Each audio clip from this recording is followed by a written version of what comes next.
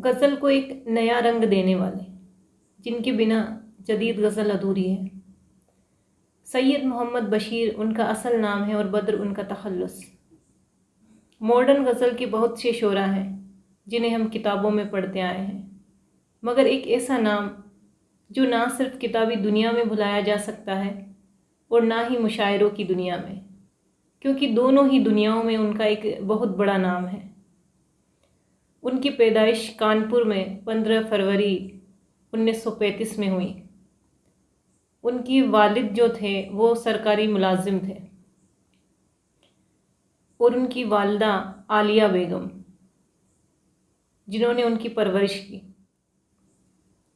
Doctor Bashir Badr साहब जो थे वो अपने भाइयों में सबसे ज़्यादा ज़हीन थे और बचपन ही से उन्हें शेर व शायरी का शौक़ पैदा हो गया था।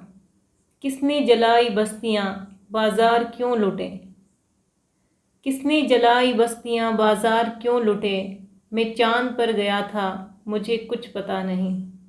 1959 में सैयद मोहम्मद नज़ीर, जो उनके वालिद साहब थे, उनका इंतकाल हो गया था और भाइयों में सबसे बड़े होने की वजह से बशीर बद्र साहब ने अपनी वालिदा की खिदमत भी की और भाइयों की परवरिश भी की। इसी दौरान उनका तालीमी सिलसिला भी बरकरार रहा। अलीगढ़ मुस्लिम यूनिवर्सिटी से उन्होंने एमए और पीएचडी की डिग्री हासिल की थी। अलीगढ़ मुस्लिम यूनिवर्सिटी में वो लेक्चरर भी हुए और इसके बाद मेरठ कॉलेज से वाबस्ता हो गए। डॉक्टर बशीर बद्र साहब की शादी शहनाज बेगम से हुई। उनके 2 बेटे सैयद मासूम और सैयद नुसरत और उनकी एक बेटी सबा हुई।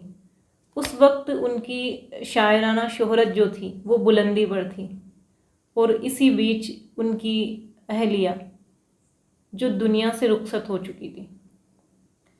बशीर बद्र साहब के लिए एक हादसा था। इससे बड़ा हादसा उनकी ज़िंदगी में तब गुज़रा जब मेरठ में उनका घर जला दिया गया था और उनके कुछ कलाम भी थे जो सुपुर्द खाक हो चुके थे। ज़िंदगी में बहुत सी मुश्किलें पेश आई, मगर उन्होंने हिम्मत से सामना किया और वो हार नहीं माने और इसी बीच उन्होंने बच्चों की शादियां भी की। दुश्मनी का सफ़र एक कदम दो कदम, दुश्मनी का सफ़र एक कदम दो कदम, तुम भी थक जाओगे हम भी थक जाएंगे। ज़िंदगी के इसी मुश्किल सफ़र में राहत साहिबा उनकी शरीके हयात बनी। तब उनकी ज़िंदगी की कुछ तन्हाइयाँ कम हुई।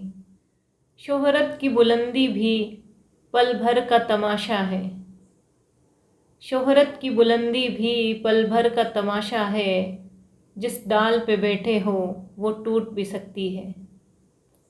जब बद्र साहब ने ये शेर पढ़ा था तो मुशायरे में उन्होंने सबको मुखातिब किया था और कहा था कि मैंने ये शेर आप किसी के लिए नहीं कहा है, ये शेर मैंने अपने लिए कहा है।